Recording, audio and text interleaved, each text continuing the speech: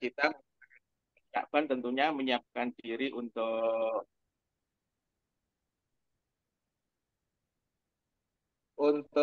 menyambut eh, Lailatul Qadar itu. Ah, Masya Allah. Siap. Ustaz, PPT-nya sudah terlihat. Maka saya langsung saja dipersilahkan. Tafadhol, Ustaz.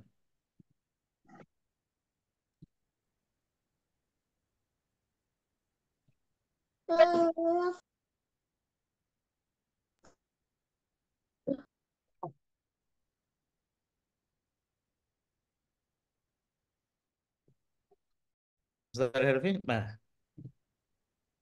Halo, cek, Bismillah. siap, Ustaz. Ya, Maka dipersilakan untuk langsung memulai sesi materi pada malam hari ini, Ustaz. baik, terima kasih teman-teman semuanya yang join malam hari ini. Uhayyikum bitahiyatul Islam, tahiyah min indillah. Assalamualaikum warahmatullahi wabarakatuh. Waalaikumsalam warahmatullahi wabarakatuh. Alhamdulillah rabbil alamin alladzi hadana li hadza wa ma kunna linahtadiya laula an hadanallah. Alhamdulillah rabbil alamin alladzi arsala rasulahu bil huda wa dinil haq liyudhhirahu 'ala ad-dini kullihi wa kafa billahi syahida. Asyhadu an la ilaha illallah wahdahu la syarika lah wa asyhadu anna Muhammadan abduhu wa rasuluh. Allahumma salli wa sallim wa barik wa an'im ala nabiyyina Muhammadin sallallahu alaihi wasallam wa ala alihi wa sahbihi wa man tabi'ahu bi ihsanin ila yaumiddin. Allahumma barik lana fi Rajab wa Sya'ban wa ballighna Ramadan. Rabbana taqabbal minna innaka antas samiul alim wa tub alaina innaka antat tawwabur rahim. Amin ya rabbal alamin. Amma ba'du. Eh, Teman-teman pemuda Istiqomah yang saya hormati, pun juga semua teman-teman yang hadir di kajian Zoom malam hari ini, yang mudah-mudahan dimanapun teman-teman berada selalu mendapatkan perlindungan dan juga bimbingan dari Allah Subhanahu wa Ta'ala. Alhamdulillahirabbil alamin, puji syukur kita panjatkan kehadirat Allah. Malam ini kita kembali disibukkan oleh Allah dengan amal-amal kebaikan. Ini nikmat besar yang perlu kita syukuri. Hari Ahad yang besoknya Senin, biasanya ini adalah akumulasi kelelahan karena 2 hari ini weekend, biasanya jalan-jalan, yang senang jalan-jalan atau silaturahmi dan seterusnya. Dan biasanya yo malam Senin itu kita gunakan untuk istirahat, menyongsong besok sudah masuk aktivitas baru. Tapi Masya Allah, tabarakallah, kita dikasih taufik oleh Allah untuk terus ngaji, untuk terus belajar, menyibukkan diri dengan amal-amal kebaikan. Harapan kita sederhana saja, mudah-mudahan Allah Subhanahu wa Ta'ala itu memberikan kepada kita taufik untuk sibuk dalam amal-amal soleh, bahkan ketika kita meninggal dunia pun kita meninggal dalam keadaan mengerjakan amal kebaikan.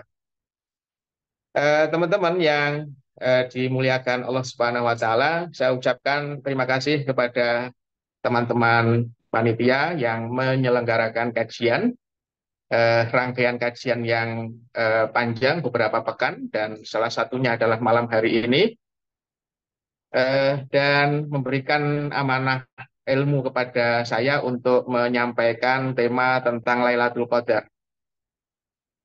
Dan di situ saya ngasih eh, saya ngasih kalimat setelah Lailatul Qadar itu adalah mahkota waktu, ya. Itu satu hal yang pengen saya bold, saya tebalin di kajian kita pada malam hari ini.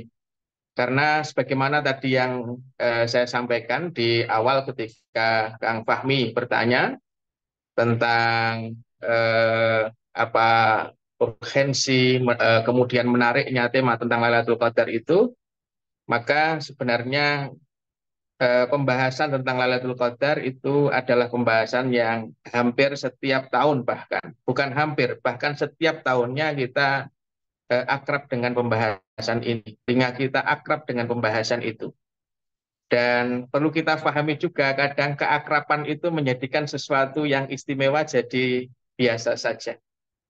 Itu ya. Kita karena terbiasa sholat, akhirnya sholat jadi rutinitas. Nah, begitu sholat sudah menjadi rutinitas, akhirnya nilai-nilai spiritual yang ada pada sholat itu tidak lagi menimbulkan kesan-kesan yang membekas pada jiwa kita. Gitu. Dan ini pun juga sama, saya juga berharap pembahasan tentang Lailatul Qadar pada malam hari ini bukan hanya sekedar kajian ilmu tahunan gitu.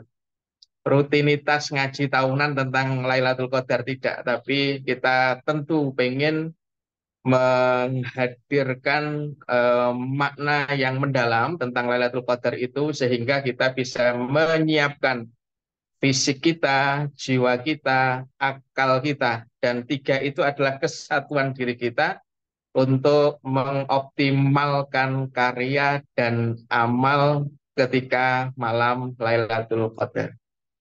Dan teman-teman semua yang dimuliakan Allah Subhanahu wa taala, kaitannya dengan Lailatul Qadar sebenarnya ini eh, berkenaan dengan kecemburuan Rasulullah Muhammad Shallallahu Alaihi Wasallam. Jadi saya pertama pengen memotret Lailatul Qadar itu dari kecemburuan Nabi, karena Nabi Muhammad itu begitu masih dakwah di kota Mekah, begitu Nabi Muhammad itu dakwah di kota Mekah, maka banyak sekali kisah-kisah tentang nabi-nabi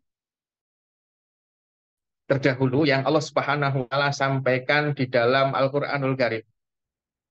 Dan tentu lewat kisah-kisah itu Allah pengen memberikan panduan dan keteladanan kepada Nabi bahwa seperti inilah nabi-nabi sebelum kamu wahai Muhammad itu bermujahadah, bersungguh-sungguh di dalam wah. Dan kebetulan Nabi Muhammad, bukan kebetulan, tapi di antara nabi yang diceritakan oleh Allah di dalam Al-Quran itu adalah Nabi Nuh alaihi salam. Menariknya Nabi Nuh alaihi salam itu ketika diceritakan oleh Allah kisah dakwahnya, maka Allah itu men-spill usia dakwahnya Nabi Nuh alaihi salam. Coba teman-teman begitu melihat bagaimana Quran bertutur tentang Nabi Hud setelah Nabi Nuh, Nabi Soleh, Nabi Ibrahim, Nabi Musa, Nabi Isa, dan seterusnya itu, maka nabi-nabi itu tidak ada yang di-spill usia dakwahnya, kecuali Nabi Nuh alaihi salam. Dan begitu dijelaskan oleh Allah, diangkat oleh Allah tentang usia dakwahnya, yang secara angka 1000 tahun kurang 50, ya gitu ya, kalau bahasa Qur'annya demikian. Itu usia dakwahnya, usia sebelum Nabi Nuh diangkat menjadi nabi, dan usia setelah Nabi Nuh alaihi salam selesai berlabuh kapalnya di atas Bukit Judi itu. Jadi panjang sekali usia Nabi Nuh alaihissalam, dan itulah yang kemudian menyebabkan Rasulullah Shallallahu Alaihi Wasallam itu menunjukkan rasa manjanya kepada Allah Subhanahu Wa Taala.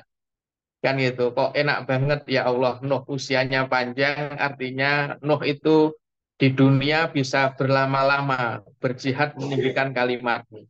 Nuh itu di dunia bisa berlama-lama bersujud menempelkan keningnya untuk menghambakan diri kepadamu. Nuh dan kaumnya itu bisa menikmati perjuangan di dunia dalam kurun waktu yang lama, mengumpulkan pundi-pundi amal soleh sebelum ketemu denganmu. Kurang lebih demikian kalau kita narasikan. Dan Nabi Muhammad juga pengen ya eh, memiliki usia yang panjang yang itu digunakan untuk melakukan amal kebaikan. Makanya Nabi Muhammad pernah menyampaikan bahwa sebaik-baik manusia adalah yang paling panjang usianya dan paling baik amalnya, paling baik karyanya, kan gitu. Lalu Allah Subhanahu wa taala memahami apa yang diinginkan oleh Nabi, dan Allah Subhanahu wa taala menghadiahkan untuk Nabi dan umat ini. Jadi ini hadiah bukan hanya untuk Nabi, tapi ini hadiah untuk umat ini. Apa? Lailatul Qadar. Yang mana satu malamnya saja itu lebih baik dibanding 1000 bulan.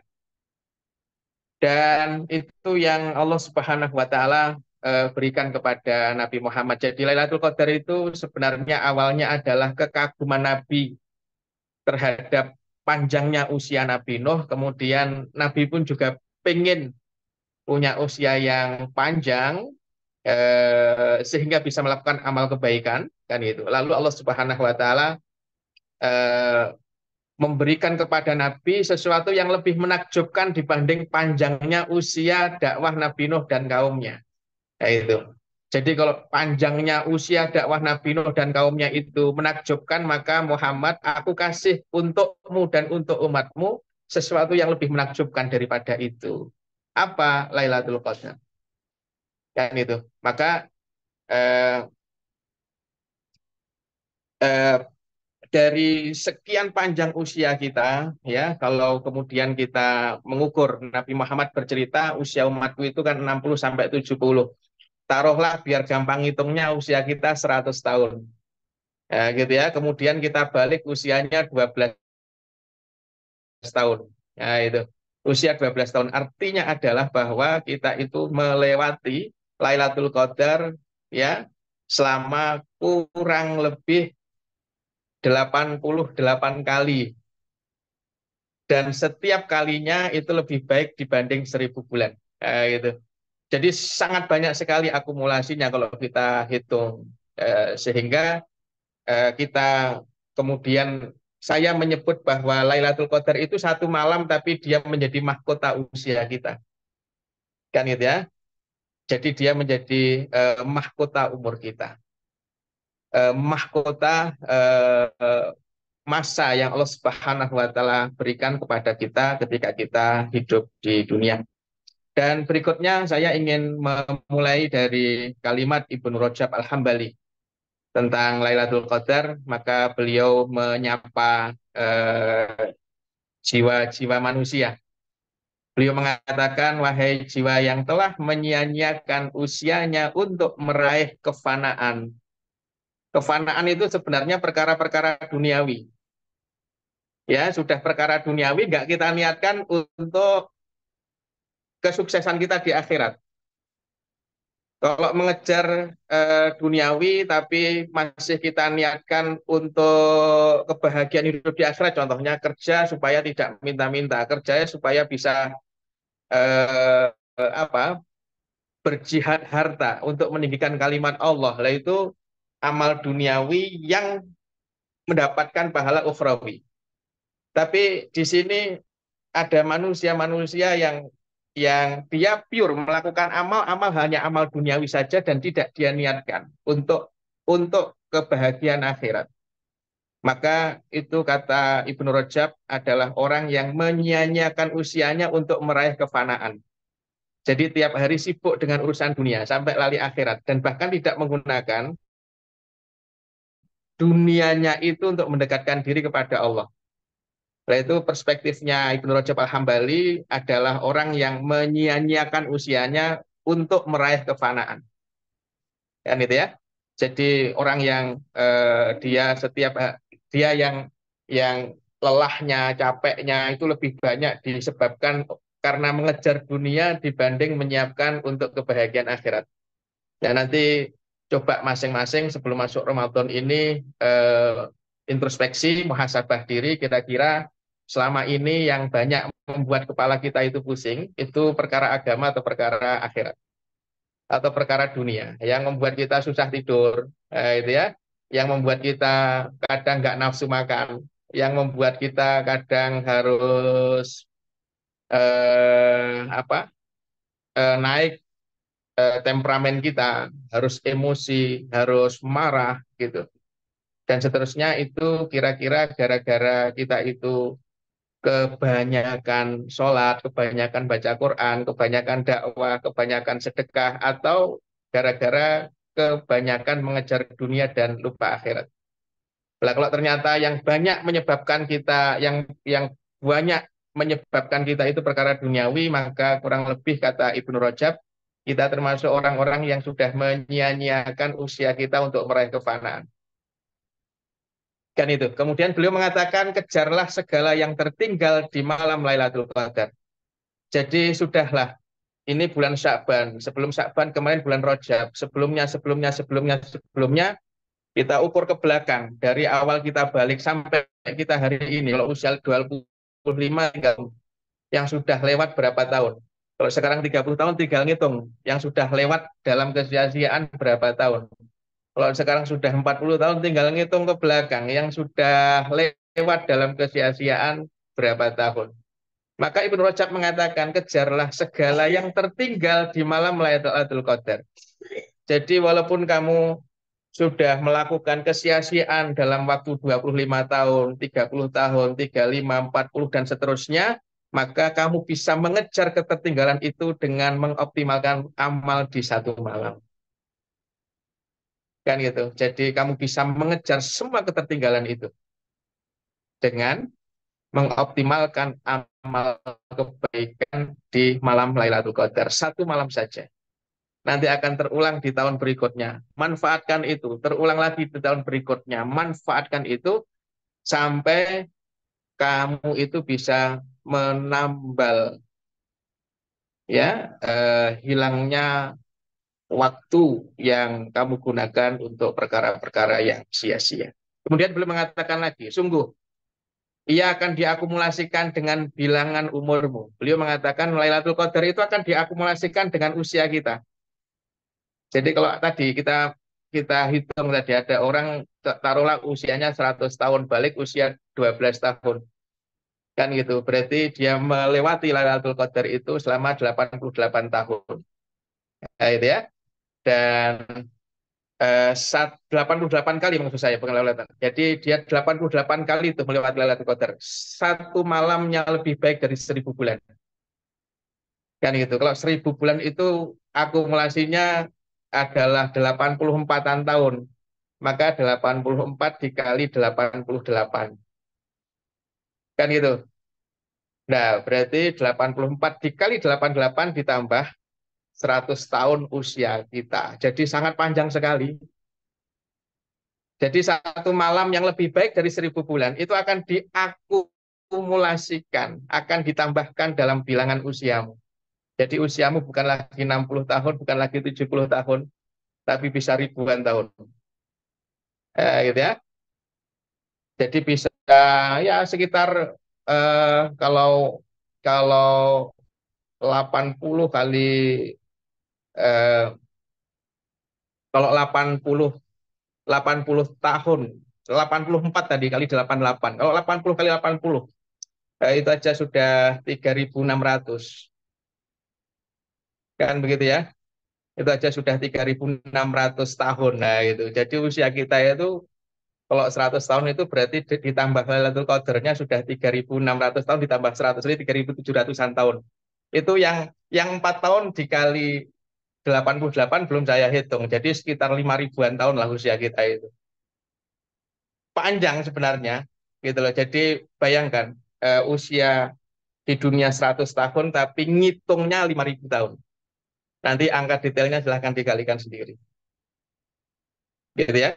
Jadi itu kalimat Ibnu Rajab Al-Hambali bahwa Lailatul Qadar itu sungguh akan diakumulasikan dengan bilangan umur. Ya itu. Bersegeralah, bersegeralah untuk mendapat ghanimah amal. Ya, ghanimah itu pokoknya keuntungan. Ya, dan kamu tidak akan pernah rugi kalau bersegera menyiapkan diri untuk meraih Lailatul Qadar. Bersegeralah untuk mendapat ghanimah amal pada yang tersisa dari Ramadan. Ini kalimat Ibnu Rajab Al-Hambali. Kalau kita lihat redaksinya kayaknya ini kalimat beliau sampaikan ketika ada di pertengahan Ramadan ini. Kemudian beliau mengatakan semoga saja yang telah luput bisa terpungut. Jadi mudah-mudahan usia-usia yang sudah lewat kemarin itu bisa kita tambal dengan satu malam, bahkan bukan hanya menambal yang sudah lewat, bahkan kita bisa menambah lagi. Kan gitu. Paling yang tertinggal kemarin kalau usia kita hari ini 30 tahun dikurangi 12 ya berarti 18, yang sudah lewat itu 18 tahun. 18 tahun ada satu malam yang itu lebih baik dibanding 84 tahun. Jadi yang 18 bisa kamu tambal, pun kamu masih dapat keuntungan waktu yang berlebih. Jadi kurang lebih begitu Ibnu Rajab Al-Hambali memotret tentang Lailatul Qadar ini. Jadi sangat penting sekali. Maka sebagai orang beriman, fahami bahwa Lailatul Qadar itu bagian dari usia terpenting hidup kita. Gitu ya. Jadi Lailatul Qadar itu usia terpenting hidup kita. Kalau ujian itu ada hairnya, karena nilainya kurang, maka Lailatul Qadar bukan hanya sekedar hair. Karena hair itu untuk menambah kekurangan nilai yang kemarin itu. Tapi bahkan, gitu ya. Tapi bahkan ini lebih dari sekedar itu. Jadi ini pandangan menarik, perspektif menarik yang dibuat oleh Ibnu Rajab Al-Hambali tentang Lailatul Qadar itu. Jadi itu usia terpenting dalam hidup kita. Itu bagian dari usia kita. Gitu. Makanya begitu sudah masuk 10 malam terakhir di bulan Ramadan, pahami. Uh, saya akan melewati malam yang di malam itu Allah akan gitu akan tambah usia saya 84 tahun, bahkan lebih dari itu. Gitu ya. Lah mestinya kalau kita punya pandangan yang demikian, maka kita akan punya semangat yang tinggi untuk melakukan amal terbaik di malam Lailatul Qadar. Kemudian berikutnya terkait dengan makna Lailatul Qadar. Ini slide yang saya buat tidak banyak, hanya sekitar 4 slide kalau nggak salah. Nanti kita di akhir bisa diskusi untuk pendalaman. Kemudian berikutnya, karena kita membahas tentang Lailatul Qadar dan di awal saya menyampaikan perspektif yang dibuat oleh Ibnu Rajab Al-Hambali, maka berikutnya terkait dengan makna Lailatul Qadar itu kata ini kata Ibnu Rajab Al-Hambali bahwa Lailatul Qadar itu para ulama memiliki 5 pemaknaan. Kemudian saya tambah 1 itu jadi 6. Gitu ya. Jadi para ulama itu ketika menyebut Lailatul Qadar itu artinya apa sih gitu. Maka tidak lepas dari 5 pemaknaan. Yang pertama atas sendiri itu. Al-Azamah. Al-Azamah itu artinya keagungan. Jadi Lailatul Azamah, malam keagungan. Ya, kenapa disebut malam keagungan? Karena malam itu punya nilai yang sangat agung di sisi Allah Subhanahu wa Ta'ala. Teman-teman coba bayangkan, Allah itu Maha Agung. Dan yang Maha Agung mengatakan bahwa Lailatul Qadar itu malam yang agung. Gitu ya. Kayak kita nih hari ini, taruhlah saya ini taruhlah seorang arsitek gitu ya. Kemudian saya mengomentari bahwa bangunan itu adalah bangunan terindah yang pernah saya lihat, ya, bangunan modern terindah yang pernah saya lihat di kota Bandung gitu contohnya. Dan saya seorang arsitek yang handal, yang terkenal gitu. Kemudian saya mengomentari itu adalah bangunan terindah. Maka sudah pasti komentar saya itu tidak salah. Kenapa? Karena saya pakar dalam bidang arsitektur bangunan. Kemudian saya mengatakan itu bangunan terindah yang pernah saya lihat. Dan teman-teman bisa bayangkan, Allah itu Maha Agung. Kemudian Allah mengatakan, satu malam itu adalah malam yang agung. Gitu. Jadi disebut malam agung itu karena punya keagungan di sisi Allah. Kalau Allah sendiri menyebut itu malam agung, maka kok kita tidak mengagungkan malam itu kebangetan. Gitu ya. Baik, yang kedua kita muternya ke kanan ya. Karena Nabi itu senang memutar ke kanan. Jadi yang kedua kata adzik. Zik itu artinya sempit. Jadi disebut Lailatul Qadar itu karena Lailatul Zik. Malam itu malam yang sempit. Kenapa disebut malam yang sempit? Para ulama diantaranya adalah Imam Al-Baghawi mengatakan bahwa karena pada malam hari itu malaikat pada turun ke bumi. Ya, karena turun maka bumi itu berdesak-desakan malaikat. Coba bayangkan bahwa pada malam itu malaikat-malaikat yang ada di langit pada turun ke bumi sehingga bumi itu berdesak-desakan.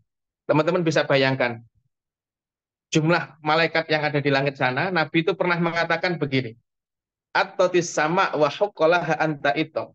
Langit itu mulai mengeluarkan suaranya dan pantaslah langit itu kalau mengeluarkan suara. Maksudnya langit mengeluarkan suara itu kayak ini loh.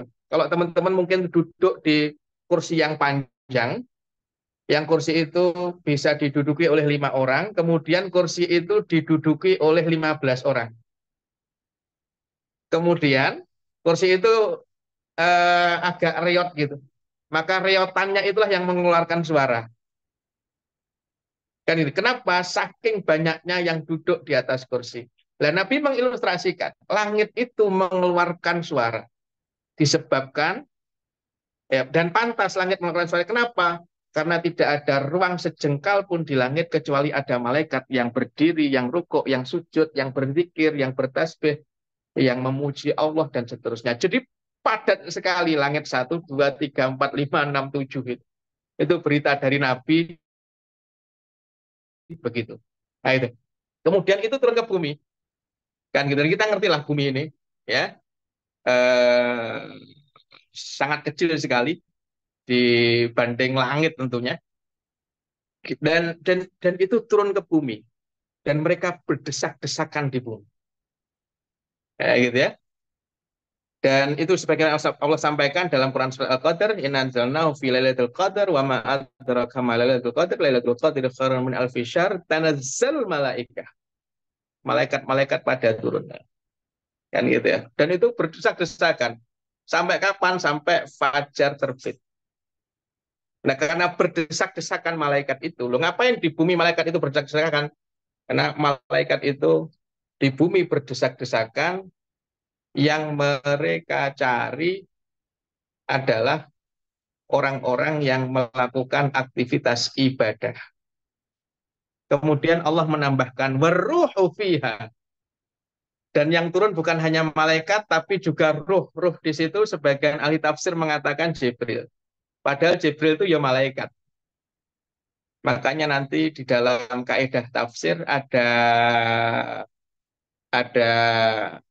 satu kaidah yang bunyinya kalau ada sesuatu yang khusus disebutkan setelah sesuatu yang umum, maka itu menunjukkan keistimewaan yang khusus itu. Oh, Jibril itu malaikat kok. Padahal disebutkan para malaikat turun pada malam itu sudah cukup, nggak perlu ditambah Jibril. Tapi Allah pengen memberikan tempat yang spesial untuk Jibril. Nah, Jibril turun pada malam hari itu. Dan sebagian ulama mengatakan Jibril itu setelah Rasulullah SAW meninggal dunia nggak turun. Dan turunnya hanya ketika malam Lailatul Qadar.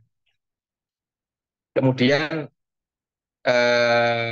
Ibnu Abbas itu pernah ditanya oleh temannya, oleh muridnya, terus untuk apa Jibril turun di malam itu?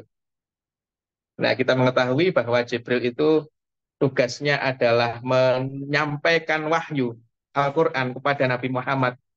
Maka yang disenangi oleh Jibril pada malam hari itu, yang dicari-cari oleh Jibril pada malam hari itu adalah orang yang berinteraksi dengan Al-Quran. Karena itu dulu yang dibawa oleh Jibril turun dari langit Baitul Izzah ke dalam hatinya Rasulullah Muhammad Sallallahu Alaihi Wasallam. Kemudian sampai ke kita. Jadi Jibril itu kurang lebih senang. Dulu wahyu yang aku bawa sampai saat ini masih dibaca. Ya, umatnya Muhammad masih berinteraksi dengannya. Ya, saking senangnya kita ngerti, malaikat itu kalau sudah senang dengan makhluk Allah, maka pasti malaikat itu akan memintakan apapun, ya, ampunan, rahmat, berkah dan seterusnya itu kepada Allah Subhanahu wa taala. Makanya pada malam Lailatul Qadar yang dicari-cari oleh Jibril itu orang yang banyak ngaji, yang banyak baca Quran. Itu. Jadi pastikan malam itu kita interaksi sama Al-Quran, ya, supaya begitu Jibril melihat kita itu, maka Mas Jibril senang. Ini umatnya Muhammad ini masih menjaga wahyu yang dulu aku bawa. Baik, kemudian al-hukam, hukum itu artinya adalah ketetapan. Para ulama semuanya, Tobari dalam tafsirnya, Baghawi dalam tafsirnya, Qurtubi dalam tafsirnya, Ibnu Katsir dalam tafsirnya mengatakan bahwa pada malam Lailatul Qadar Allah itu menetapkan kebaikan-kebaikan yang untuk hamba-hambanya dan untuk negeri-negeri yang ada di bumi. Nah, itu ditetapkan kebaikan-kebaikannya pada malam itu. Makanya nanti mungkin teman-teman akan berpikir dan mungkin muncul pertanyaan, loh bukannya takdir itu sudah ditulis oleh Allah sebelum alam semesta ini diciptakan saat gitu. Loh kenapa kok ditulis lagi gitu loh. Ya kok ditetapkan lagi pada malam Lailatul Qadar kan gitu.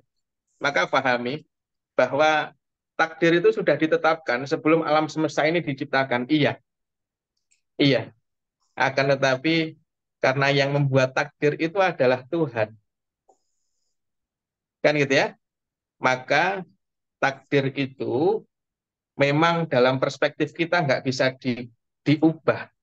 Tapi bagi yang membuat takdir bisa mengubahnya sesuai dengan kemauan dan kehendaknya. Makanya di malam itu lakukan pendekatan-pendekatan PDKT pada Tuhan. Kan itu? Supaya apa? Supaya Tuhan senang melihat kita, kemudian menetapkan kebaikan-kebaikan untuk kita dan untuk keluarga kita, untuk negeri kita dan seterusnya. Jadi gitu ya teman-teman ya. Karena begitu pada malam itu ketetapan yang akan terjadi selama 1 tahun itu ditetapkan di malam Lailatul Qadar. Loh bukannya sudah ditetapkan sebelum alam semesta diciptakan itu kan gitu ya. Nanti kurang lebih cara mengkompromikannya seperti itu. Baik, kemudian berikutnya disebut Lailatul Maqam. Lailatul Maqam itu artinya adalah kedudukan. Ya, kenapa disebut malam kedudukan? Karena orang yang tidak punya nilai, orang yang tidak punya martabat, orang yang tidak punya derajat, baik di mata Allah atau di mata manusia, ya, itu akan tinggi derajatnya kalau dia memanfaatkan malam itu. Makanya siapa yang pengen punya nilai di mata Allah, kemudian pengen punya nilai di mata manusia, manfaatkan malam itu.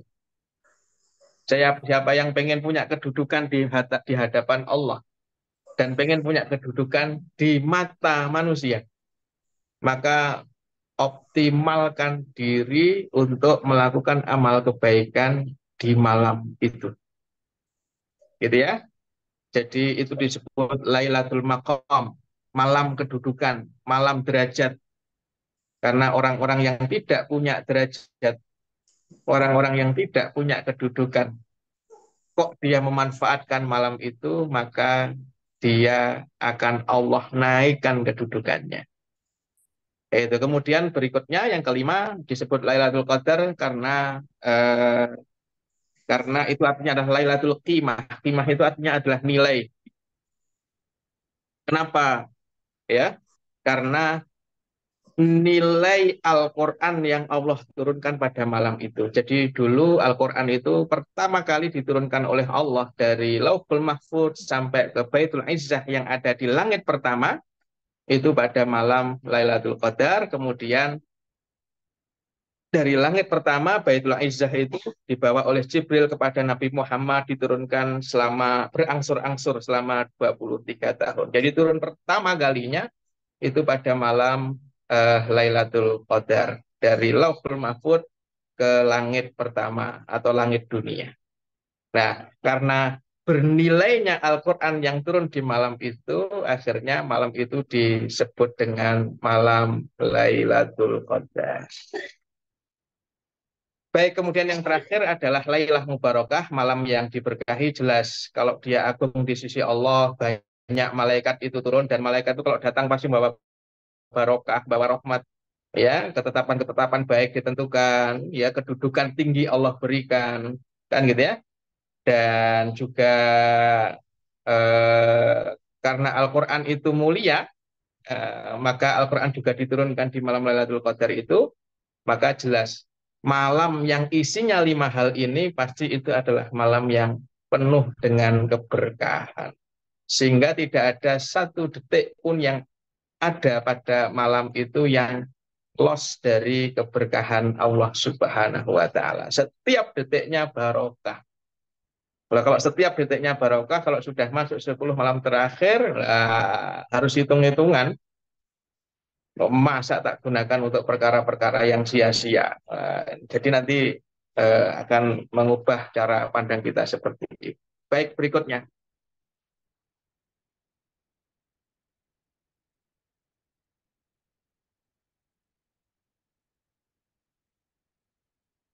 Eh, ini berikutnya.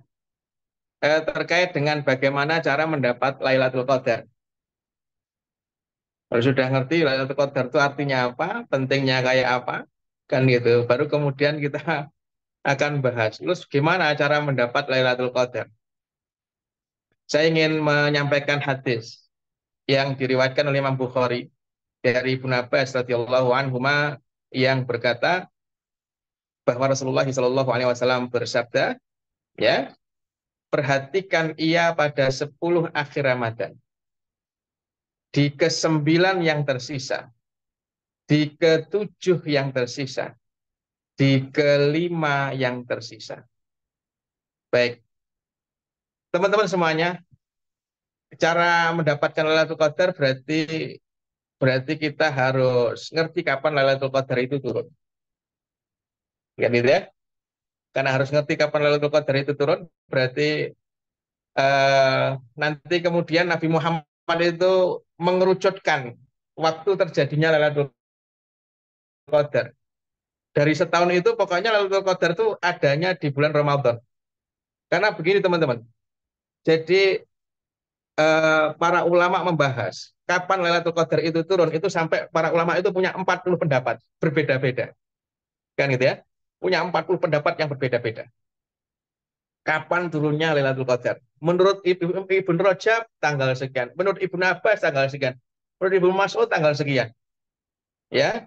Kemudian menurut Mujahid bin Jabir tanggal sekian. Menurut Imam Ghazali tanggal sekian. Jadi macam-macam nanti. Oke. Nah, kemudian Nabi Shallallahu Alaihi Wasallam mengatakan dari dalam memberikan isyarat bahwa dia ada di bulan Ramadan. Kemudian dari Ramadan itu Nabi pernah memperhatikan tanggal pertama, malam kedua, malam ketiga, malam keempat, malam kelima, sampai pada akhirnya Nabi mengatakan, amati ia di 10 malam terakhir. Kan gitu ya? Amati ia di 10 malam terakhir. Nah, Nabi Muhammad itu memerintahkan kita untuk mengamati. Jadi perhatikan ia di 10 malam terakhir. Kalau teman-teman buka redaksi Arabnya, perhatikan di sini menggunakan kata iltimas. Iltimas itu adalah raba-rabalah dia. Perhatikan ia dengan jeli. Amati ia dengan detail. Kalau benda, iltimas itu kalau kita itu nyari jarum yang sangat kecil, kemudian jatuh ke pasir gitu, dan kita pengen mencari jarum itu, maka kurang lebih nyarinya kayak nyari jarum itu, Lailatul Qadar itu. Amati ia, raba-raba, dengan lembut, kan gitu. Kenapa? Karena begitu sudah campur dengan pasir, agak susah membedakannya. Dan teman-teman yang dimuliakan Allah Subhanahu wa taala, jadi Nabi mengatakan demikian, iltamisuha, amat-amati Lailatul Qadar itu, cermati Lailatul Qadar itu. Raba-raba ia dengan lembut, malam ini atau bukan ya, besok atau bukan ya, kemarin atau bukan ya, terus begitu-begitu itulah. Itu yang diperintahkan oleh Nabi kepada kita. Kan itu ya. Nah, baru kemudian disitulah kemudian para ulama itu beristihad. Dan istihadnya para ulama itu menunjukkan bahwa mereka itu amat sangat mencari-cari dan memperhatikan, mencermati dengan detail kapan itu terjadi. Kan itu ya. Makanya kalimat Nabi ini saja itu kalimat Nabi ini saja itu menghadirkan sekian banyak pendapat di kalangan para ulama. Coba teman-teman perhatikan tuh. Perhatikan ia di 10 akhir Ramadan. Oke, kita bicara 10 akhir Ramadan. Nabi itu mengatakan, bulan Komariah itu hakadha, hakadha, hakadha. Jadi satu bulan itu 29 hari. Oke ya, satu bulan itu 29 hari.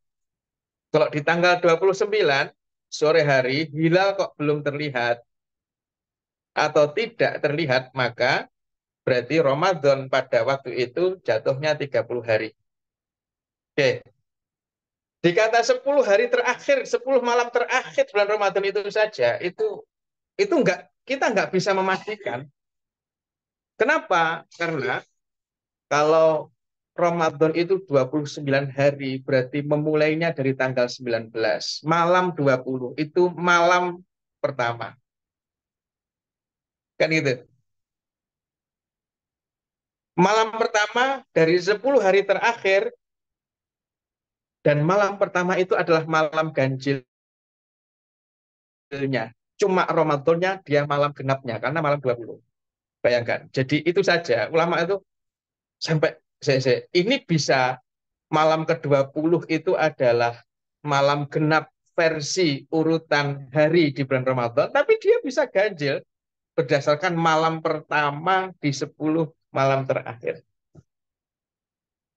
Kalau Ramadan itu 30 hari. Kalau Ramadan itu 29 hari. Kalau Ramadan itu 30 hari, maka malam pertamanya adalah malam 21. Kan begitu. Itu ya. Jadi, lah begitu disebut malam 21, berarti secara urutan ya malam ganjil, malam pertamanya juga malam ganjil. Tapi begitu kita melihat di ke-9 yang tersisa, coba, Nabi tidak mengatakan di 9 yang tersisa, tapi di ke-9 yang tersisa. Begitu di ke-9 yang tersisa, jadi kalau Ramadan itu taruhlah kita ngitungnya 30 hari biar gampang.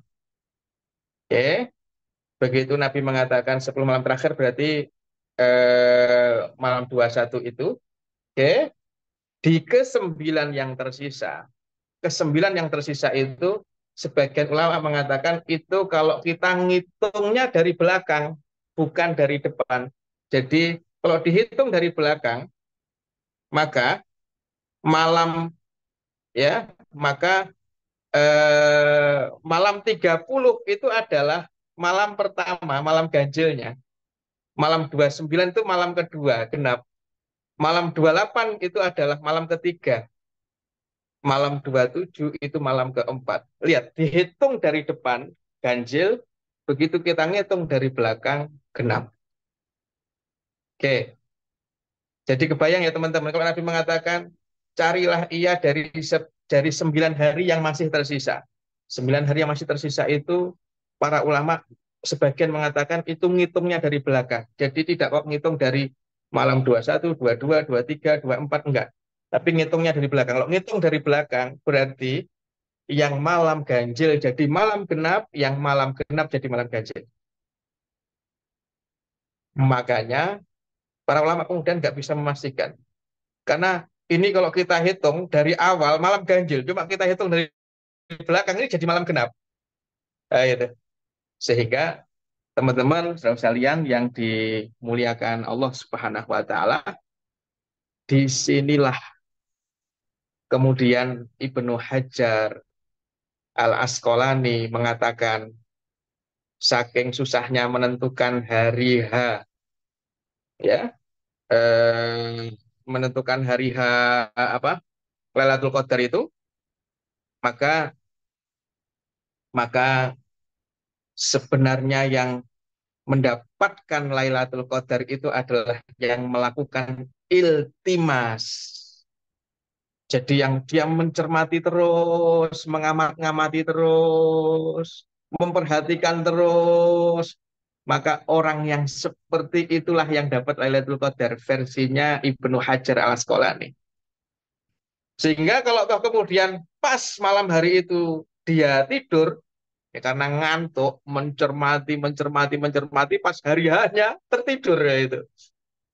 Maka itulah orang yang dapat Lailatul Qadar. Kenapa? Karena dia melakukan iltimas terus nyari-nyari terus ngamat-ngamati ya itu. Cuma namanya juga manusia kadang terlelap tidur gitu. Jadi nilainya itu pada proses iltimas, proses mengamat-ngamati, mencari-cari malam ini atau bukan. Dia amati sekitarnya, sekelilingnya, ya malam ini atau bukan ya. Jangan-jangan malam ini terus begitu itu. Lah, orang yang seperti itulah kata Ibnu Hajar yang dapat Lailatul Qadar. Karena dia nganggap penting malam itu sehingga dia harus mencari-cari. Kok kemudian malam itu, pas malam hari Lailatul Qadar itu, dia bangun ibadah, maka dia dapat tambahan pahala.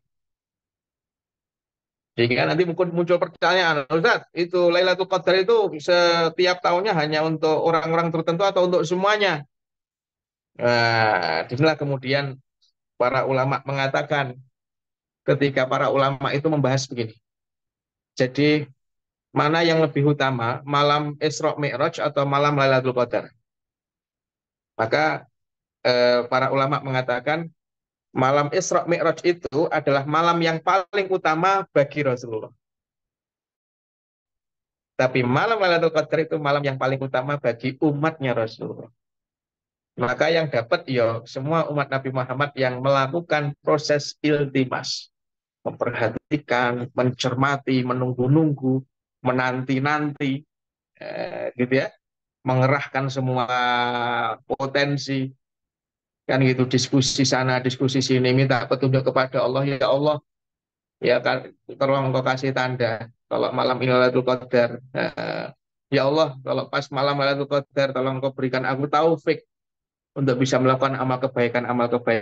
Nah, jadi dia selalu sudah menyiapkan diri, sudah minta-minta kepada Allah agar diberikan taufik untuk bisa beribadah di malam hari itu. Kalau toh kemudian dia tidak melakukan amal di hari itu, di malam itu contohnya, maka kata Ibnu Hajar, itu orang yang dapat Lailatul Qadar. Karena dia melakukan proses mengamat-ngamati dan mencari-cari tadi itu.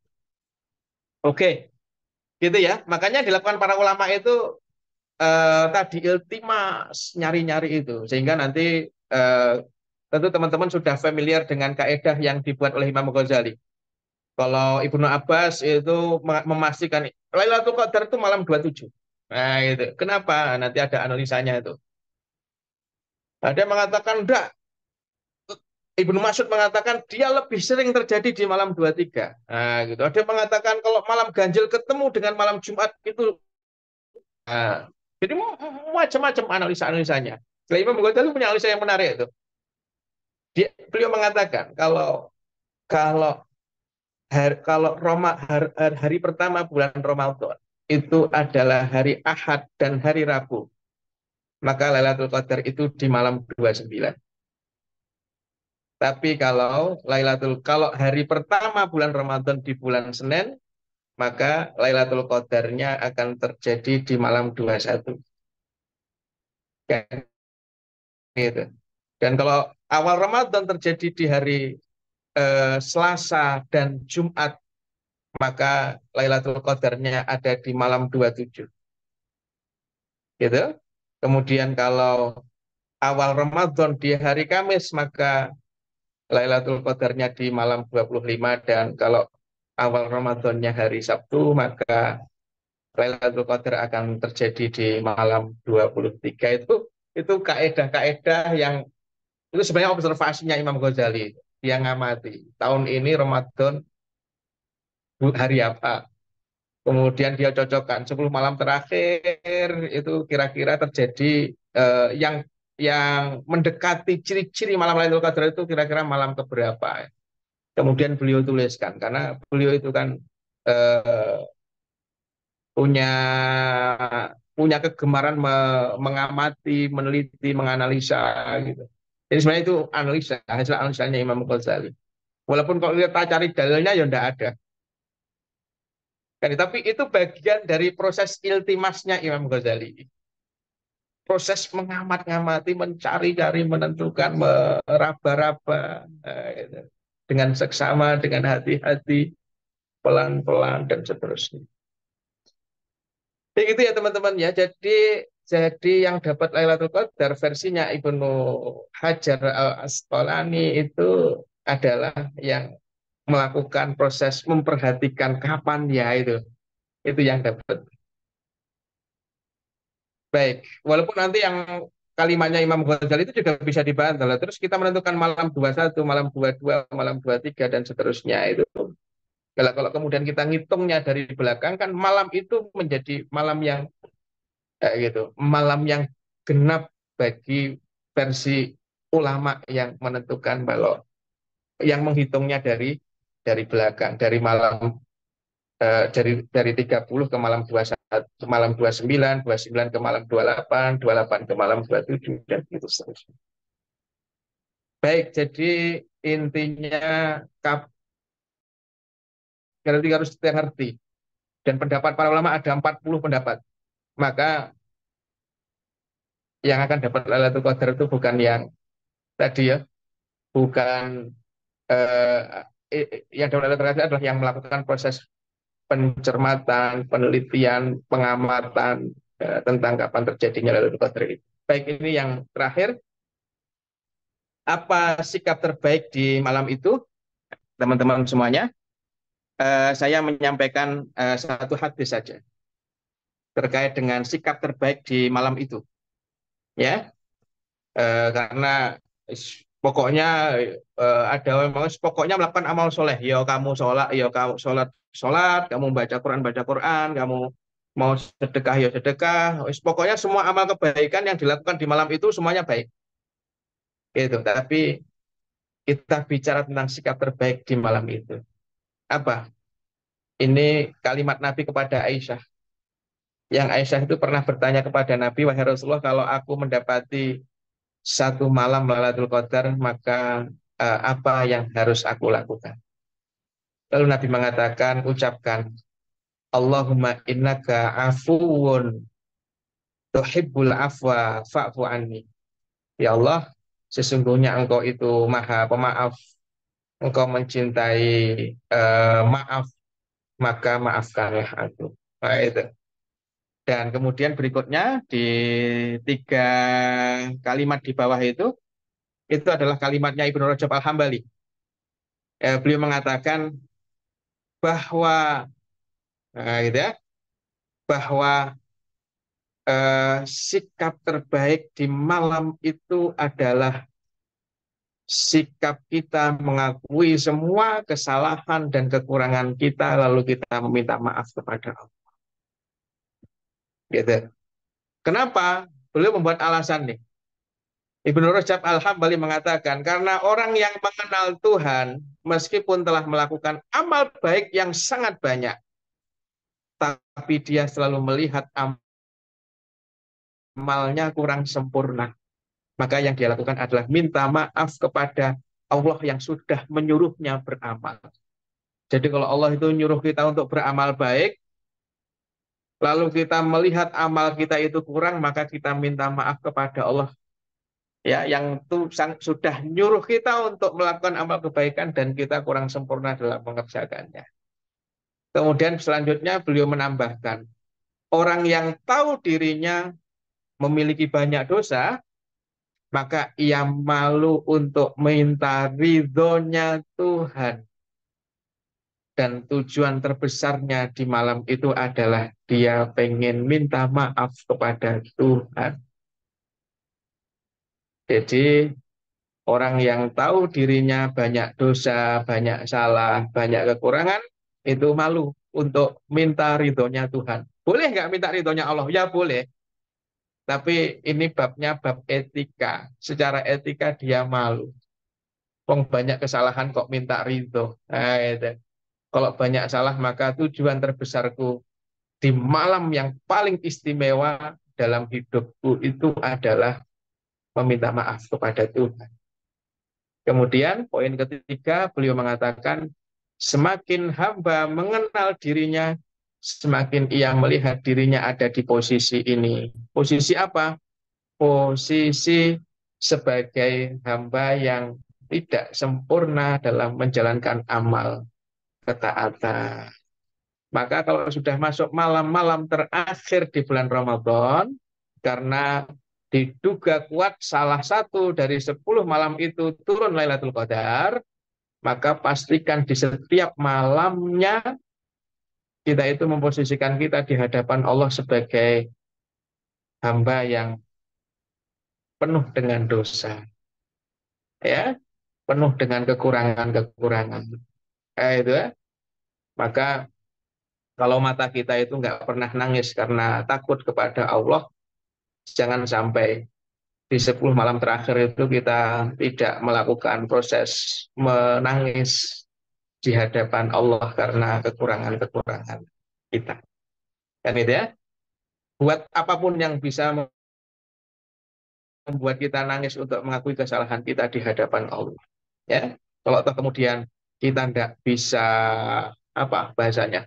Kok kemudian sampai kita itu nggak punya alasan untuk nangis di 10 malam terakhir di bulan Ramadan, maka maka ada masalah keimanan mendasar yang harus kita perbaiki dari diri kita. Gitu ya. Jadi kalau kita nggak bisa menangis tiap hari, ya paling tidak kita bisa mengadu kepada Allah untuk menangis seminggu sekali. Kalau nggak bisa seminggu sekali, ya sebulan sekali. Karena nangis mengadu kepada Allah itu merilekkan semua ketegangan saraf kita. Itu membahagiakan kita. Kalau nggak bisa sebulan sekali, paling tidak, mbok ya setahun sekali. Ya, dan letakkan itu di 10 malam terakhir di bulan Ramadan. Hadirkan rasa itu, ya. Datangi Allah dengan sikap orang yang bersimpuh, ya, mengadukan semua kesalahan, kekhilafan, kekurangan, kealpaan, dan mintalah maaf sebesar-besarnya kepada Tuhan. Itu sikap terbaik di malam Lailatul Qadar. Maka jangan lewatkan 10 malam terakhir di bulan Ramadan kecuali kita dalam keadaan merasa bersalah kepada Tuhan. Begitu teman-teman, Kang Fahmi yang bisa saya sampaikan malam hari ini. Mudah-mudahan bisa menjadi bahan untuk kontemplasi, menyiapkan diri untuk menyambut mahkota usia kita, yaitu malam Lailatul Qadar. Demikian, Assalamualaikum warahmatullahi wabarakatuh. Waalaikumsalam warahmatullahi wabarakatuh. Alhamdulillahirabbil alamin. Jazakallahu khair Ustaz. Masya Allah ya. Ini mudah-mudahan teman-teman semua semakin dengan dapat informasi dan pencerahan ini semakin membuat kita mempersiapkan diri nih teman-teman semua. Dan mudah-mudahan Allah masih memberikan kesempatan untuk kita ya sampai di bulan Ramadan mencicipi 10 hari terakhir untuk mendapatkan Lailatul Qadar. Baik, kita akan masuk ke sesi tanya jawab Ustaz. Sebelum mengawali Ya, pertanyaan Afadhal. dari Silakan. Pak, ini harus mulai dari saya Ustaz. Ustaz, kalau misalkan malam Lailatul Qadar itu kan berarti awalnya awal malam tuh dihitungnya dari pada maghrib Ustaz ya. Ya, Dan khilaf. Hah? Jadi ada yang mengatakan dihitungnya malam itu dari pergantian malaikat siang naik, malaikat malam turun, dan pergantiannya ba'da asar. Oh, yang itu sahih, Ustaz. Iya.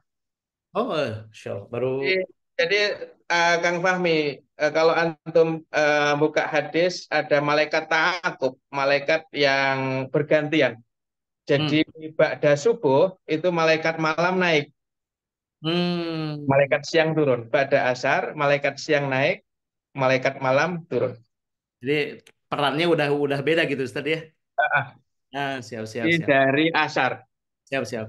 Nah, Ustaz, ini kan banyak banget pilihan ibadah untuk menghidupkan malam. Karena kan salah satu anjurannya itu untuk menghidupkan malam, Ustaz ya. Nah, Ya, kalau misalkan eh, menurut ajaran Islam, Ustaz, dari hadis kemudian dari kebiasaan para sahabat, kalau untuk porsi yang lebih dibanyakan ibadah itu apa saja, Ustaz ya? Apakah memang harus spesifik, misalkan perbanyak baca Quran gitu eh, selama malam Lailatul Qadar, atau bisa jadi variatif, Ustaz? Tapi dari porsi mana yang sebenarnya bisa kita lebih diperbanyak gitu, Ustaz? Salah satu contoh oke. misal contoh, kan kita bisa aja tarawih tuh ngikut seperti biasa, Ustaz. Ya, Tapi ada juga yang menyimpan nanti mungkin pukul 2 atau pukul 3 khusus melakukan sholat gitu. Ada juga ya, mungkin Isya ikut ya, tarawih, terus nantinya dibanyakinnya baca Quran. Nah, kalau ya. yang sesuai dengan ajaran Rasul, mana porsi yang bisa kita banyakin untuk menghidupkan malam Lailatul Qadar, Ustaz? Baik. Jadi eh ini nih Kang Fahmi dan juga teman-teman, ada pertanyaan. Lailatul Qadar itu mulia karena Quran atau Quran mulia karena Lailatul Qadar?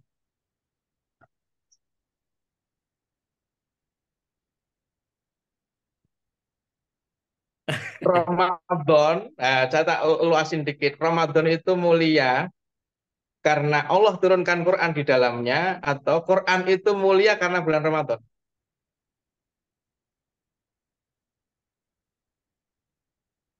Oke, jadi jawabannya adalah karena jadi Ramadan itu mulia karena Allah turunkan Quran di dalam. Hmm. Makanya 185 dari surat Al-Baqarah, Syahrul Ramadan alladzi unzila fihil Quran. Bulan Ramadan yang di dalamnya diturunkan Quran.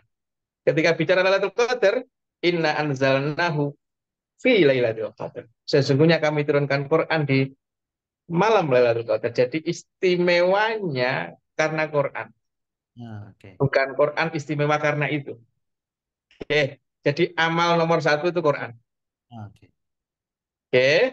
Tapi orang beriman itu kan pinter. Hmm. Otak bisnisnya jalan.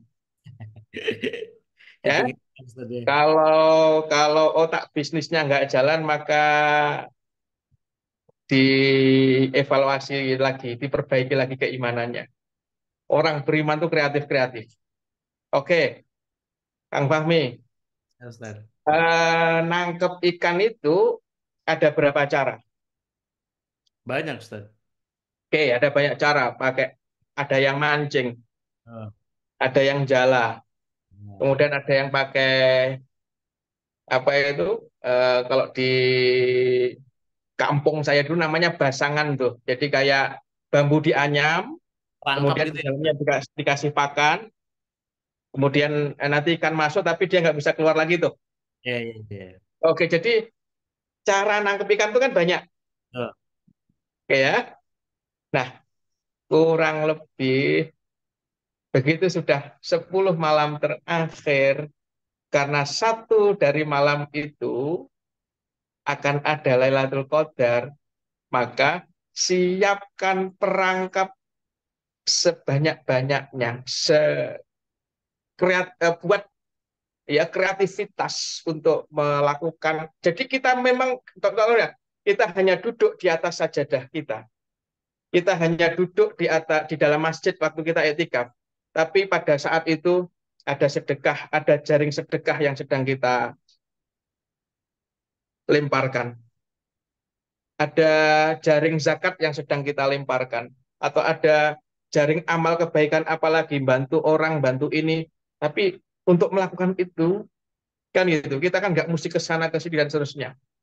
Kreativitas bisa kita lakukan tuh. Mulai dari kita mikir tuh, 10 malam terakhir, aktivitas malam itu apa? Saya duduk, tapi dengan saya duduk ada amal sedekah. Hmm. Saya juga masih bisa zikir. Saya masih bisa tilawah Quran.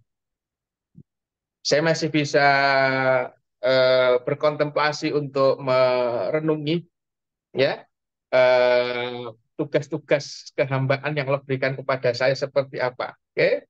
Kemudian eh, saya pengen bakti pada orang tua. Kira-kira 10 malam terakhir bakti saya kepada orang tua bagaimana? Kalau orang tua masih ada seperti apa, orang tua sudah tidak ada seperti apa. Lihat, semua amal kebaikan, amal bakti, coba kumpulkan, buatkan masing-masing itu jaringnya, begitu masuk malam 10 malam terakhir, di waktu malam, malam bukan siang, Hmm. karena yang istimewa malam, maka kita duduk di atas sajadah kita duduk di dalam masjid untuk etikaf, tapi semua jala-jala tadi itu sudah kita tutup. Gitu ya. Lah, Siap. masalah prioritas dan seterusnya, lakukan. Yang penting bukan, oh aku sholatnya nanti aja. Sekarang tak baca Quran dulu. Yang penting bukan itu. Yang penting adalah tadi, malam itu kamu lakukan amal kebaikan dan kamu sampaikan bahwa ya Allah maaf, aku kurang sempurna dalam melakukan amal kebaikan. Hmm. Yang paling penting adalah malam itu kamu PDKT pada Tuhan. Yang penting di malam itu kamu terus melakukan proses pamer, nyari caper, cari perhatiannya Tuhan. Tuhan aku apa? Aku hibur pakai ini, aku deketin pakai ini. Pakai apa saja. Nggak usah nunggu nanti yang ini nanti, yang itu nanti, dan serendah. Gitu ya. Jadi berjalan sebanyak-banyaknya. Kan gitu ya. Kayak orang-orang yang punya saham bisnis di mana-mana dan seterusnya. Yang hari ini kalau dalam dunia bisnis sudah mempunyai apa bahasanya financial freedom tuh. Hmm. Dia duduk uang dapat dari mana-mana itu loh. Orang sekreatif itu untuk menjaring dunia, maka masa kita tidak lebih kreatif untuk menjaring amal-amal akhirat. Siap, Ustaz. Gitu ya. Siap, siap, siap. Oke. Bah, Masya Allah. Jadi semakin bersemangat nih ya kita mempersiapkan diri teman-teman semua. Ustaz, kita masuk lanjut pertanyaan berikutnya, Ustaz. Ayo silakan. Ustaz, kalau doa yang tadi itu yang dibaca di malam Lailatul Qadar, apakah boleh jika banyak dibaca di luar Ramadan, khususnya saat sujud dan dalam sholat, Ustaz? Boleh, Oh, boleh ya? boleh, tapi yang jauh lebih penting, yang jauh lebih penting adalah hadirkan kesan saat membaca doa itu. Oke. Bukan hanya di lisan gitu, Ustaz ya? Ya, sehingga itu bukan hidayah. Jadi yang lebih penting waktu membaca doa itu adalah pengakuan diri kita kalau kita tidak sempurna dalam menjalankan tugas-tugas kehambaan. Siap. Kalau sujud tuh emang boleh baca di luar doa yang biasa kita baca di dalam sholat, Ustaz ya? Boleh, Ah, boleh ya. Oke. boleh. Karena Nabi mengatakan wa fa'ammar ruku' fa'adzimu fihi rabbakum. Kalau ketika kamu sedang ruku, agungkan Tuhanmu seagung-agungnya. Wa Nah, ammas sujud, adapun ketika kamu sedang sujud, fajtahidu fihi biddu'a. Maka bersungguh-sungguhlah di dalamnya dengan berdoa. nah. Doanya harus yang di dalam Al-Quran apa bisa doa apapun, Ustaz? Jadi doa itu boleh kita lafadzkan. Dan kalau kita tidak bisa nggak ngerti redaksi Arabnya, kita sujud, panjang sujud kita, dan sampaikan keinginan-keinginan kita kepada Tuhan. Tapi dalam hati kita berdialog dengan Tuhan. Oke. Rasakan, sampaikan, rasakan, sampaikan, rasakan, sampaikan gitu tuh. Hmm. Nah, tapi utamanya ini di sholat sunnah, bukan sholat wajib. Oke. Siap. Jangan sampai pas sholat maghrib banyak orang tua kita sujudnya lama gitu Ustaz Iya, ya. lah, iya, iya, itu. Nah, jadi sholat sunnah kamu sendiri bebas itu. Oke. Nah, Siap, siap, siap. Nah, itu nggak masuk ini tadi ya kan ada juga yang bilang jangan nggak termasuk menambah bacaan di luar sholat Ustaz. iya, kalau kalau jadi itu kan larangan secara umum. Dan larangan secara umum kalau ada perintah yang spesifik maka kan yang umum ini harus dikhususkan. Yang dikhususkan ya tidak masuk pada keumuman. Oke. Kan gitu. Jadi larangan secara umum kamu tidak boleh mengucapkan apa-apa. Ya Oke. lafaz, ya bacaan ketika sholat. Ya hanya bacaan sholat saja. Itu larangan secara umum. Secara umum ya. Oke. Tapi ada perintah. Yang perintah ini spesifik. Berarti jadi kurang lebih kalau yang dilarang segini kemudian ada perintah. Maka yang diarsir itu tetap diperbolehkan. Oke. Siap, siap, siap. Paham ya? Paham, paham Ustaz. Karena memang ada perintah khusus langsung dari Nabi untuk memperbanyak doa ketika sujud gitu Ustaz ya. Iya. Nah, itu mengkhususkan larangan yang umum. Oke. Oke. Lanjut Ustaz. Ustaz masih ada waktu kan Ustaz? Masih. Di Bandung Allah. 21.42 Ustaz. Kalau di Bekasi jam berapa ya sekarang? Saya rasa sama ya. Siap Ustaz. Baik, Ustaz, izin bertanya, kadang di Indonesia sering terjadi perbedaan jatuhnya satu Ramadan, yang dampaknya berbeda juga menentukan 10 malam terakhir. Bagaimana ikhtiar kita supaya bisa memastikan perkiraan waktu yang paling tepat, Ustaz? Mengingat betapa pentingnya malam Lailatul Qadar. Seperti yang tadi Ustaz bahas Oke, mungkin ya. oke. Ya. Perkiraannya adalah mulai bersungguh-sungguh kayak Nabi Muhammad. Nabi Muhammad itu kalau sudah masuk 10 malam terakhir, maka dia akan kencangkan sarungnya, kencangkan ikat pinggangnya. Dia Hmm. bangunkan keluarganya dan dia hidupkan malamnya. Kan tiga itu yang dilakukan oleh Nabi. Maka mulailah mengencangkan ikat pinggang itu hanya simbolis saja sebenarnya.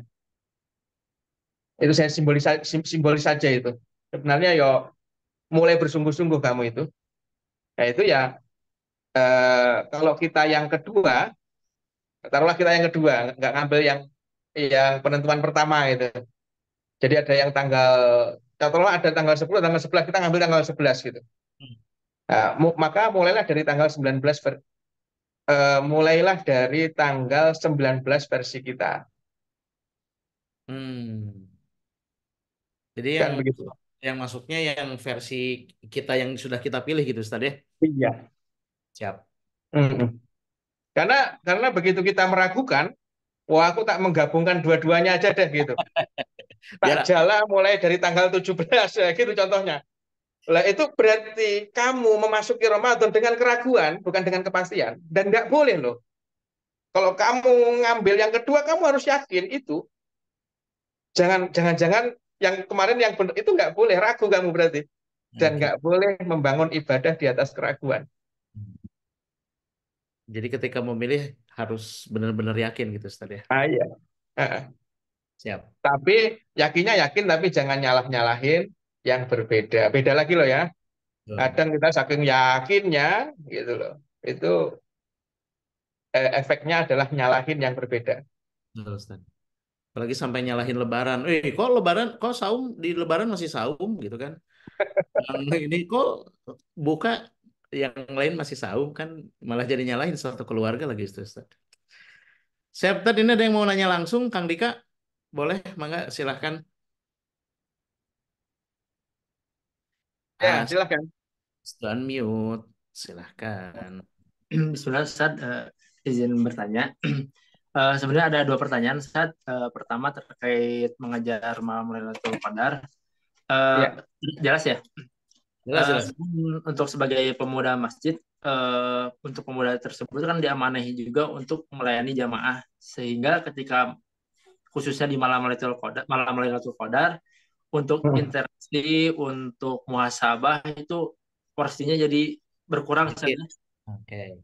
ya. untuk menyiapkan segala sesuatunya. Nah, itu ada nggak kiat-kiatnya atau bagaimana cara mengimbanginya agar si pas malam Lailatul Qadar itu interaksi dengan Al-Quran tetap full Jalan. gitu, full. Kadang-kadang ketika untuk mulai di jamaah malah banyak ngobrolnya sesama anggota pemuda gitu. Ketika di masjid malah jadi berkurang. Ya, untuk yang kedua, ada nggak caranya setelah Ramadan selesai ini, nanti gitu ya, setelah selesai, agar konsisten untuk beribadah. Apalagi ketika di bulan Syawal kan, ya biasanya silaturahmi antar keluarga makan-makan, sehingga ya interaksi ibadahnya tuh jadi berkurang gitu. Ada nggak caranya biar tetap konsisten atau nggak terlalu jauh gitu turunnya? Ya, siap. Iya, Jazakallah khair. Siap. Terus Mas Andika. baik, baik. Mardika, jadi yang pertama kaitannya dengan panitia iktikaf di masjid, kan gitu ya. Kaitannya dengan panitia iktikaf di masjid, maka itu adalah amal ibadah yang utama. Amal ibadah yang sangat urgent juga itu. Sudah pahala untuk diri sendiri, kemudian dapat aliran pahala, dapat kiriman pahala masuk ke rekening diri kita di sisi Allah dari orang-orang yang kita layani, ya. Dan pahami keagungan apa? Pahami keagungan tanggung jawab, ya, yang antum emban sebagai panitia iktikaf, gitu. Karena Rasulullah Muhammad SAW itu pernah mengatakan, demi Allah, aku keluar untuk membagi-bagikan makanan, ya, kepada orang-orang yang membutuhkan. Itu lebih aku sukai dibanding aku etikaf di masjidku ini. Tujuan etikaf apa? Dapat Lailatul Qadar. Hmm. Jadi amanah sebagai panitia etikaf itu amanah yang luar biasa pentingnya. Ya, jadi jangan sederhanakan itu, dan jangan lihat bahwa itu kontraproduktif dengan tujuan besar Lailatul Qadar. Itu tidak kontraproduktif itu. Justru itu bagian dari cara kita menebar jala untuk dapat pahala Lailatul Qadar. Hmm. Cuma tadi seperti eh, Mahardika ceritakan, cuma kadang sesama panitia banyak ngobrolnya. Nah, kalau sudah malam, nah gitu. Kalau sudah malam gitu, maka khusus untuk malam hari, layani, ya, layani. Doakan supaya ini amal luar biasa ini, ya. Doakan supaya yang ada di masjid ini dapat taufik semuanya, gitu tuh. Doakan supaya yang di masjid ini pada betah, pada sehat dan seterusnya. Oh, itu dahsyat luar biasa itu. Karena bisa jadi, ya gitu, bisa jadi yang pahalanya paling gede yang demikian itu. Yang lain minta ini, minta itu, lah dia minta, ya Allah, semoga yang ada di masjid ini engkau tenangkan hatinya, yang ada di masjid ini engkau berikan rahmatmu padanya. Yang ada di masjid gitu tuh. Yang belum datang ke masjid, ya Allah, panggilah supaya masuk ke dalam masjid, gitu. Dan seterusnya, dan seterusnya. Nah, kalau mau koordinasi, maka sepakati koordinasi itu banyak di malam hari, di siang hari saja. Karena terlalu mahal. Malam hari agak egois saja untuk interaksi sama Tuhan. Gitu ya. Kecuali ada hal-hal yang penting, urgent, harus mengambil ini, ngambil itu. Nah, wah, harus ngambil barang keluar, aduh, harus keluar masjid ini. Itu entry point untuk antum gunakan ngobrol sama Tuhan, ya Allah. Belum sempurna begini, tak korup kepadamu, itu berat sebenarnya ninggalin masjid ini, ya. Jadi itu jadi bahan ngobrol sama Tuhan. Hmm. Nanti jadi asyik gitu loh. Jadi yang jelas jangan dianggap amanah untuk menjadi panitia iktikaf itu kontraproduktif dengan tujuan untuk meraih Lailatul Qadar. Siap, siap, siap. Yang kedua lupa Ana Fahmi, pertanyaan Dika tadi. Yang kedua tuh Ustadz ini tadi yang apa ya? Kang Dika tadi kan kenapa saya juga? agar konsisten Ustaz. Kan ketika Oh, Ramadan agar konsisten Ustaz setelah Ramadan. Oke, oke, oke. Baik, supaya konsisten, maka sebenarnya eh, ada simpul-simpul konsistensi sebenarnya yang mesti kita pegang. Jadi, mohon maaf kalau saya membuat ilustrasi ya, amal-amal itu kayak balon-balon itu loh, Hmm. balon nitrogen itu, balon yang eh, bisa terbang, yang biasanya ada ikatannya tuh. Ya. Jadi amal itu kayak balon-balon itu tuh, paham Hmm. ya? Paham, Oke, Ustaz. antum kalau megang 50 balon gini, pasti akan berantakan tuh balon. Oh, wes, wes, wes, wes. Paham? Oke, apa yang dilakukan supaya 50 balon ini, 50 amal soleh ini nggak berserakan, nggak berterbangan? Apa yang kita lakukan? Diikat Ustaz. Masing-masing ada ikatannya, simpulnya itu yang kita pegang. Hmm. Ya, simpulnya itu apa? Simpulnya itu sebenarnya adalah interaksi mesra kita dengan Tuhan. Itu simpulnya.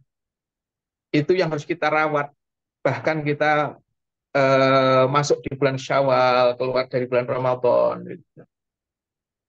Begitu interaksi mesra ini kita rawat, karena ini simpul semua amal kebaikan, maka nanti waktunya sholat ya akan mudah bagi kita untuk sholat. Hmm. Ya, senang ngaji, senang tolabul ilmi, senang sedekah, senang infak, senang bantu sesama, senang melakukan amal-amal kebaikan. Kenapa? Karena itu semua bagian dari merawat kemesraan interaksi dengan Tuhan. Itu ya. Jadi pegangi simpulnya. Itu mah bisa dilakukan kapan saja Ustaz ya. Nggak mesti Bisa dilakukan kapan saja. Lah yang kedua, Fahmi, yang kedua, kalau sudah selesai bulan Ramadan, atau mulai hari ini ya, mulai hari ini. Hmm. Nggak usah nunggu Syawal selesai Ramadan, kelamaan. Latihannya mulai hari ini. Mulai hari ini, mulai besok, biasakan dalam satu hari latihannya kita menyiapkan waktu 5 sampai 10 menit untuk dialog dengan Tuhan. tiap hari Ustaz. Paham ya? Biasakan itu. Karena dulu Nabi Muhammad itu punya kekuatan spiritual yang tinggi padahal ujiannya sangat berat. Kenapa? Karena ternyata punya waktu yang berkualitas khusus untuk dia ngobrol dengan Tuhannya saja. Hmm. Itu di luar 5 menit dulu latihannya, nanti ditambah 5 menit lagi 10 menit, tambah lagi 15 menit, gitu ya. Sampai nanti kita punya porsi yang cukup untuk ngobrol apa saja. Hmm. Ngobrolin apa aja? Ngobrol apa aja. Ya, masalah dunia, masalah apa saja, nggak harus masalah agama.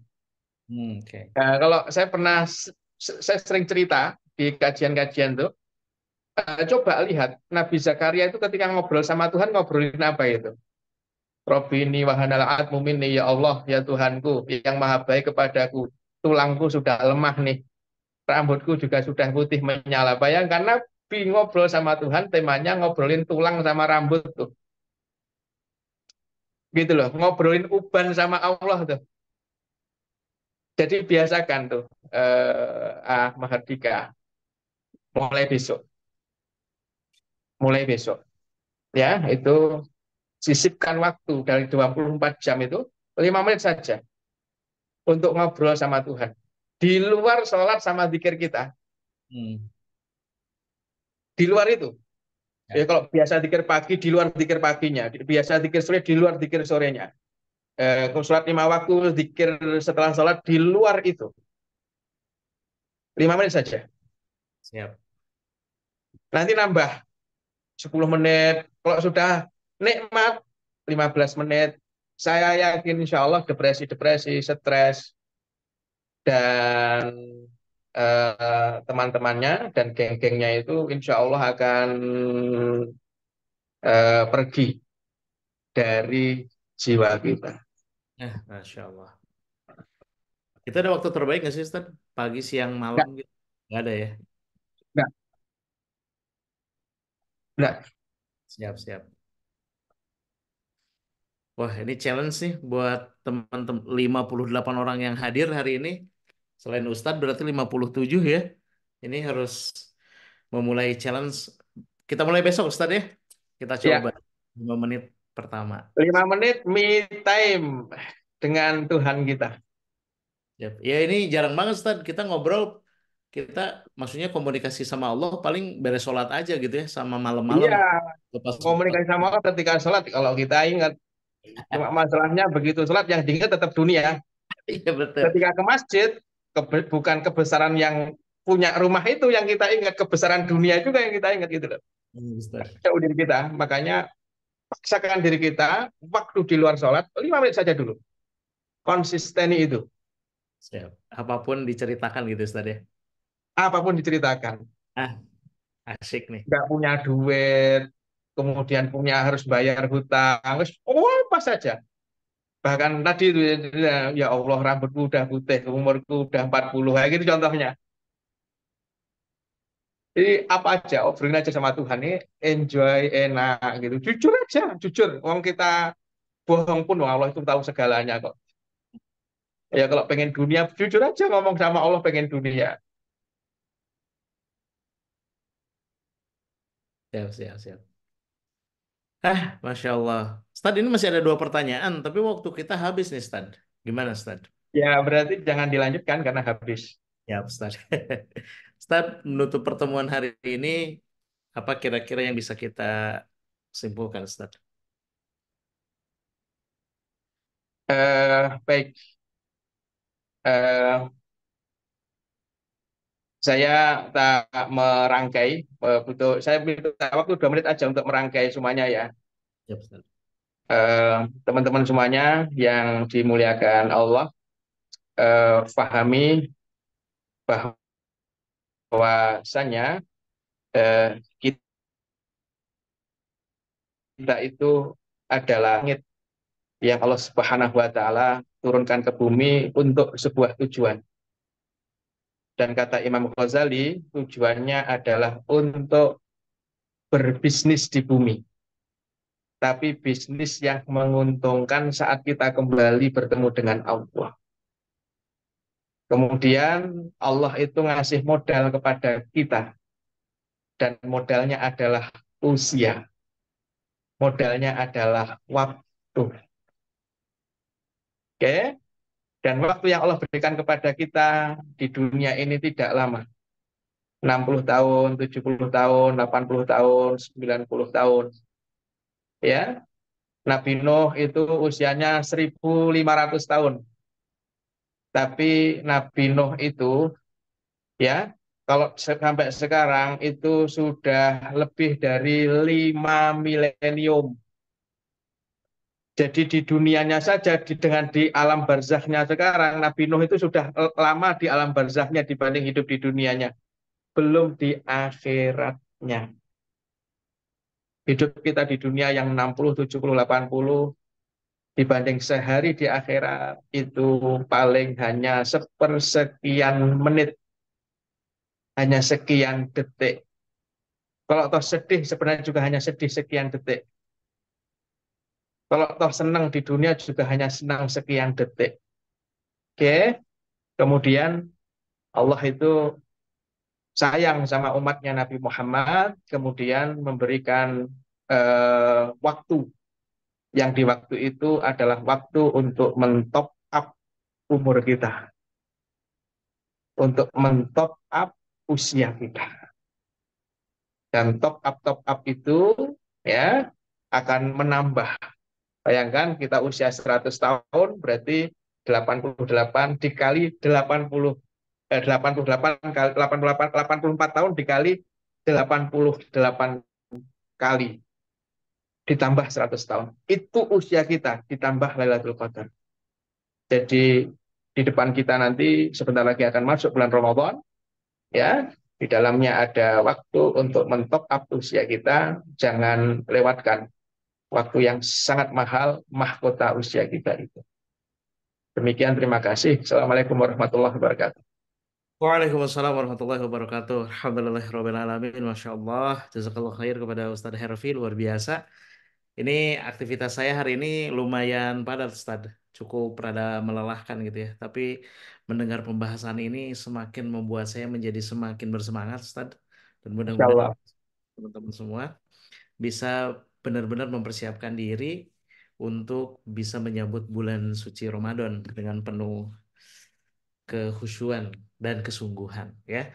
Dan jangan lupa besok kita mulai challenge-nya teman-teman semua ya. 5 menit me time kita sama Allah. Ustad, baik teman-teman semua. Sebelum ditutup, Ustad, mohon izin kita mau foto bersama terlebih dahulu. Oh ya, silakan. Nah, salah satu yang paling penting selain materi ya dari kajian online itu adalah foto teman-teman semua ya. Akan boleh dinyalakan minimalnya Anda dari tadi temati videonya ya minimalnya pas foto nyala tuh ya. Teman-teman boleh dinyalakan videonya. Nah, kan ternyata banyak orang. Kita tuh Ustad, kira saya cuma bertiga sama Kang Dika sama Ustad Harfi doang. Ternyata banyak orang. Oke, kita akan sesi foto bersama terlebih dahulu. Baiklah, Iya, senyuman terbaik ya teman-teman semua. Oke, satu, dua, tiga. Oke, slide yang lain ini ada beberapa slide yang nyala nampaknya.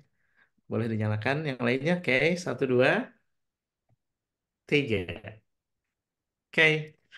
Baik, alhamdulillahirrahmanirrahim. Teman-teman semua, terima kasih banyak yang sudah gabung pada malam hari ini. Senyum ini adalah sekolah menyambut Ramadan, dan ini belum berakhir, teman-teman semua. Insya Allah masih ada 2 pertemuan lagi.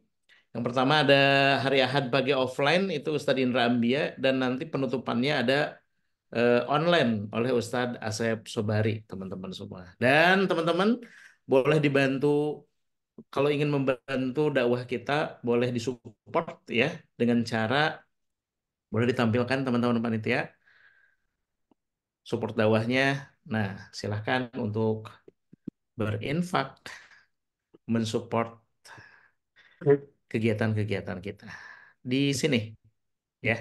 Nanti silahkan konfirmasi dan nanti juga mungkin akan di share di grup ya.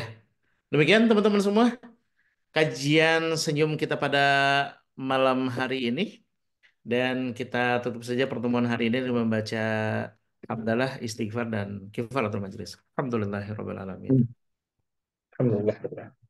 Subhanakallahumma wa bihamdika asyhadu an la ilaha illa anta astaghfiruka wa atubu ilaik. Terima kasih banyak yang sudah hadir. Ustaz, jazakallah khair. Sampai ketemu lagi di pertemuan yang akan datang. Terima kasih.